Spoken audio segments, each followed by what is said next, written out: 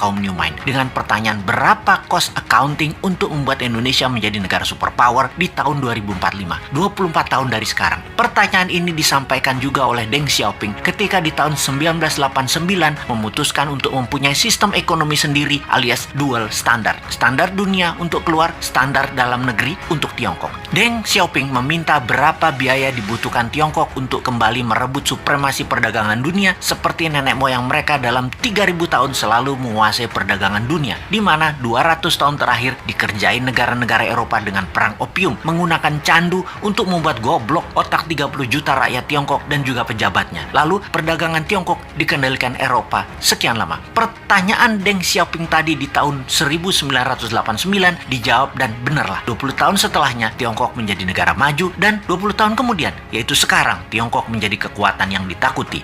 Pertanyaan awal kita, berapa cost accounting untuk membangun Indonesia untuk menjadi negara superpower di tahun 2045 itu? Hal itu sangat penting. Berapa modal yang dibutuhkan? Berapa dana yang dibutuhkan? Dan itu harus diketahui sekarang. Semua itu akan kita ciptakan dananya serta pekerjaannya untuk 100% warga Indonesia. Kita lompat ke tahun 2030 ke depan. Di tahun 2030 atau kurang dari 9 tahun lagi, dari saat ini dunia menjadi lain dengan dunia yang kita kenal 100 tahun terakhir. Pandemi 4 tahun hingga tahun 2025 merubah 60% kehidupan manusia. Teknologi bioengineering, biomedical, menggeser DNA dan RNA manusia membuat manusia menjadi super karena lawannya penyakit juga menjadi super. Penyakit bawaan atau penyakit karena virus bermutasi. Manusia pun bermutasi dengan perubahan genetik tubuh manusia dipicu dengan growth factor biomedical. Di sisi lain, secara politik, kalau Amerika tidak hantam secara militer negeri Tiongkok dalam kurang waktu 3 tahun ke depan, maka di tahun 2030 Tiongkok akan menjadi negara superpower nomor 1. Dan saya garansi Amerika tidak akan serang Tiongkok. Amerika tuh chicken sekarang. Sungguh. Kemudian komunikasi 6G dipimpin Tiongkok. Distribusi kapal niaga dan seluruh gadget serta transaksi perdagangan dikuasai Tiongkok. Kesehatan dikuasai globalis cabal. Demikian juga sumber informasi big data dan currency akan dikuasai cabalis. Kemudian kehidupan pertanian akan semakin sulit. Alam semakin gersang. Cuaca tidak bisa dibaca dan dikendalikan. Panas bumi mencapai puncaknya di tahun 2030. Musuh bersama umat manusia di tahun 2030 adalah kelaparan, kekurangan pangan dan gizi, serta cuaca yang ekstrim. Alam tidak ramah. Dunia menjadi semakin kejam.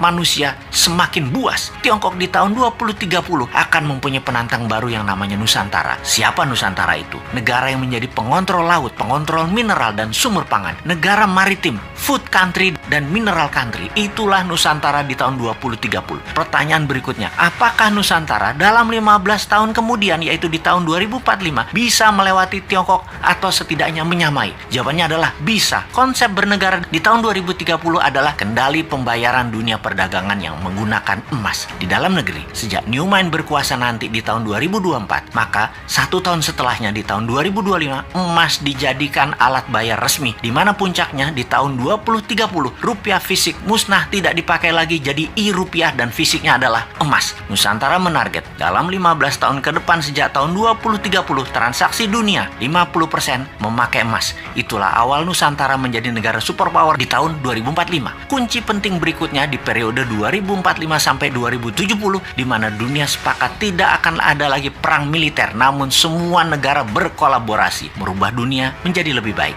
2045 hingga tahun 2070, Nusantara menjadi negara superpower yang memimpin garda terdepan pejuang lingkungan hidup, kesehatan, edukasi, dan sustainable eco-living. Nusantara memimpin perbaikan alam selama 15 tahun hingga tahun 2070.